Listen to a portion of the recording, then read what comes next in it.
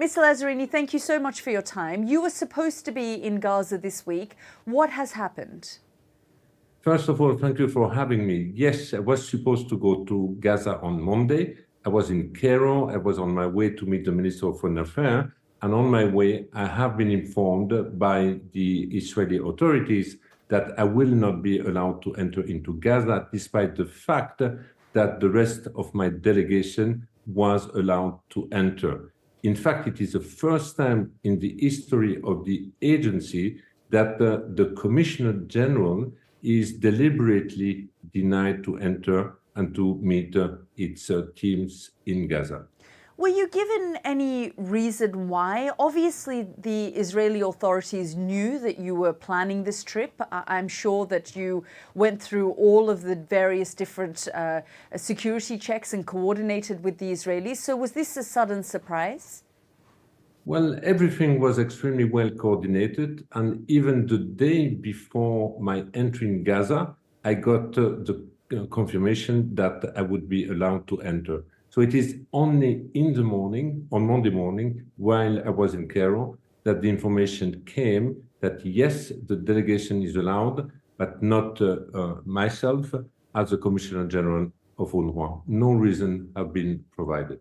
Throughout UNRWA's history, the relationship with Israel, with Israeli officials, has always been very difficult. It's been shrouded in suspicion on their side towards UNRWA. Would you say, though, that this current period is perhaps rock bottom? It is the worst period in UNRWA's history? I would definitely say it's one of the worst periods in the agency history. There is absolutely no doubt that today, and in fact the government doesn't hide this agenda anymore, is calling for the dismantling of the agency in not only in Gaza, but we have also a lot of pressure in East Jerusalem, and we have also some pressure in the West Bank. So basically, there is today an intended policy to push UNRWA out of the occupied Palestinian territories. As you know, I went recently to the General Assembly, and I have also warned the member state about the possible impact of the dismantling of UNRWA, not only today in our response in Gaza with this unprecedented humanitarian crisis, but also in the medium term or longer term about an agency unable to provide public services like education to hundreds of thousands of children across the region. And I do believe that there is no real alternative today in places like Gaza, where hundreds of thousands of girls and boys are currently living in the rubble. And I don't think it would be safe to have them having their education in the rubble instead in UNRWA school in the future. Yeah, I mean, it's not just the education system. Virtually every institution has been destroyed from what we can see in Gaza. And of course, the humanitarian situation is absolutely catastrophic. We know that the UN has said that famine is imminent, that it is on the brink of famine, that children are impacted. So there is a desperate need at this point in time for UNRWA and UNRWA's funding.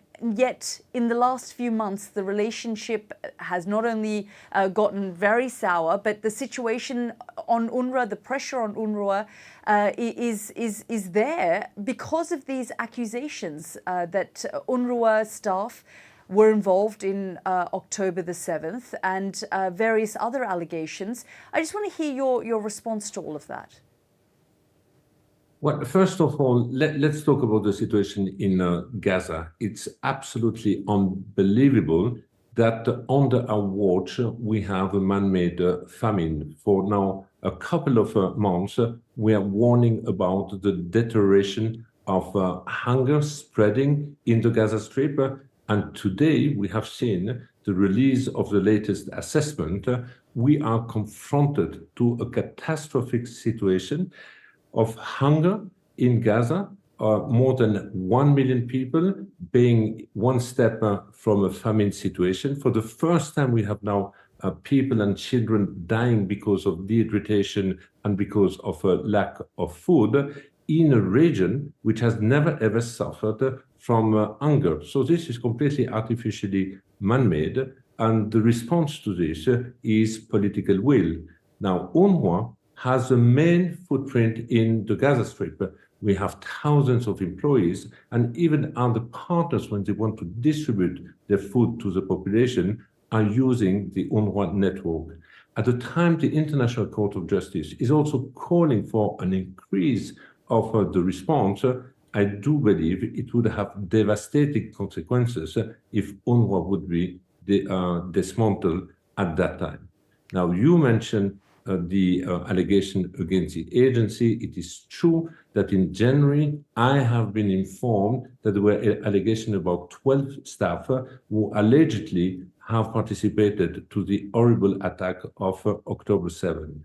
At that time, because of the severity of this allegation, the agency has taken swift decision, first to terminate the contract, secondly, to initiate an independent investigation, which is ongoing, and we are calling to the Israeli authorities to fully cooperate with this investigation team. And thirdly, we have also initiated, under the chairmanship of former Minister of Foreign Affairs Catherine Colonna and Free Scandinavian Institute, a total review of the risk management of the agency to look at what kind of area can be improved in order to avoid similar situations in the future. So just to be clear, you don't know anything about this information that was given to the press today by the Israeli embassy here in London, where they say more than 2,000 UNRWA staff, 17% of UNRWA, are Hamas operatives and members of Hamas.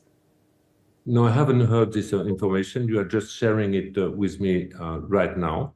But there have been, from time to time, allegations shared with social media or in the media about hundreds, sometimes thousands or couple of thousands of staff possibly affiliated with political parties. But the agency or the United Nations has never ever been officially approached. This concern has never ever been, in fact, shared with the leadership of the agency by the Israeli authorities. So you've never been told that of the 2,135, 485 of them, Israel is saying, are military operatives? I've never received this information. Again, the source of this type of information so far are the social media or the media, but officially the government has never ever approached the United Nations and the UNRWA. And you know, as we've been speaking, you have said there's an independent inquiry currently taking place in order to look at the initial 12 that Israel said were part of Hamas and involved in October the 7th. Can you give us any updates on that investigation? Well, as you know, it is an independent investigation. It's like, you know, the separation of the judiciary and the politics. So now this investigation is ongoing. What I know is that they are still waiting for the cooperation of member states. I know that a number of information are circulating. They have not been shared with us. But again, it is important that the state of Israel or any other countries having information which could help this investigation team to share it with this committee. And have those requests been made to Israel to say the United States for this information? Israel initially said there was a dossier, and now we understand these numbers that the Israeli embassy here in London has shared with the press, saying that this is the number, 17% of UNRWA staff, they're saying are part of Hamas. Have you reached out to them in the past and said, can we please have information for this inquiry or any other inquiries that you've conducted? We are regularly requesting to communicate and to share this information with the agency. But again, so far, except the oral communication regarding the 12 alleged staff who might have participated to this horrible massacre of October 7, the agency hasn't received any official communication since from the Israeli authorities. You also faced a number of countries cutting off their aid when these allegations were first made earlier this year. Some states have reinstated that funding to UNRWA. That's correct, Mr. Lazzarini. Is that now those negotiations are had and they have decided to lift that ban on their funding? We have a certain number of countries who recently have decided to release, in fact, their contribution to the agency. They had a temporary pause. Over the last few weeks, we had countries like Canada, Australia, Denmark, Sweden, Iceland, who have released their contribution. They have followed suit of the European Commission. We had also other countries in Europe who have decided, in fact, to increase their contribution to the agency. Now, there are still a number of countries who still have to review their decision, but I'm cautiously optimistic that other countries will also follow suit. We've heard from some of Israel's staunchest allies, the United States, European nations, the UK, saying that more aid needs to enter Gaza. It's something that you've continued to reiterate as well. Are those negotiations ongoing? And if you could give us an update on the aid situation, because of course, as we've been discussing, there is huge concern around starvation and famine. There is a huge concern about famine and starvation, which is unfolding right now under our watch. As you know, what we need is unimpeded, scaled-up humanitarian assistance in the Gaza Strip. The problem is that what is trickling into the Gaza Strip is far from being enough to cover the immense need of the population.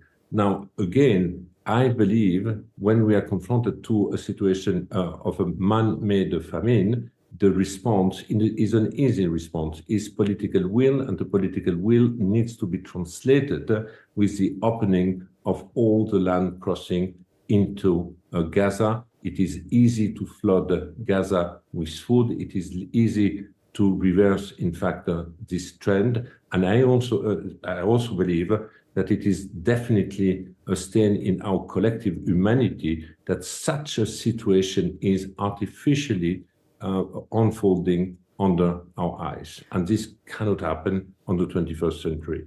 Why do you think there isn't political will? You talk about political will, there needs to be the political will, and yet nothing is happening on the ground. Well, you know, at the beginning of the war, there have been a total siege on Gaza for 2 weeks, which means that about 5,000 trucks could not enter. Later on, we had a few tens of trucks coming in, and it has increased this deficit between the desperate need of the population and what has been made available. Now, the question of the political will needs to be asked to the government of Israel. We need also to ask to the Hamas, how is it that both have not yet succeeded to have a ceasefire? We also know that the ceasefire would lead to the release of the hostages, would lead to a significant scaling up of the assistance in the Gaza Strip. This should be our priority, but meanwhile, food should not be used as a weapon of war. Food should be poured into the Gaza Strip in order to avoid a situation where people now die more because of the lack of food and medicine than because of the bombardment. And this is exactly what is happening right now. And do you feel that Israel is weaponizing food? It is using it as a weapon of war? Well, the fact points to this direction. I don't know, there might not be a deliberate intention, but I just want to remind that in January already, the International Court of Justice, in its ruling, including with the Israeli judge, has called for a significant increase of the humanitarian assistance. And what have we seen since?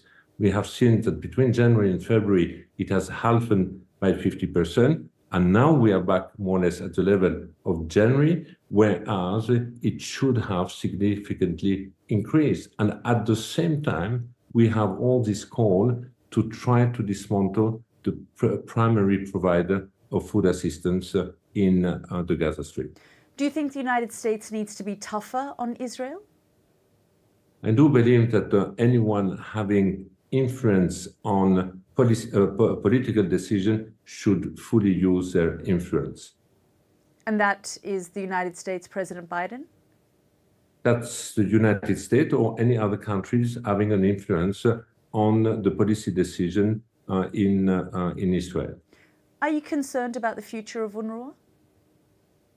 I'm very much concerned about the future of the Palestinian, about the future of the Palestinian refugees, because beyond the attack against UNRWA, in reality, these are also attacks on the aspiration of the Palestinian for self-determination. It's definitely also an attack on the political process and on the notion of a two-state solution. So beyond the agency itself, and basically, I would love to see, in fact, the agency to phase out, but the day the agency should phase out is the day there is a lasting and fair political solution. And unfortunately, we are still far from this situation. And we were supposed to reach some kind of agreement around a ceasefire before Ramadan started. That doesn't look like it's going to happen. We're well into Ramadan. Those talks continue.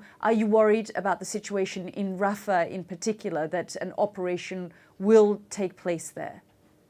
It's a source of deep concern. The idea that a military operation can take place in the middle of a human sea of more than 1.5 million people. So far, this conflict has already been the conflict of all the possible superlative in terms of number of people killed, children killed in 4 months, more than the number of children killed in 4 years across the world in all the conflict situation.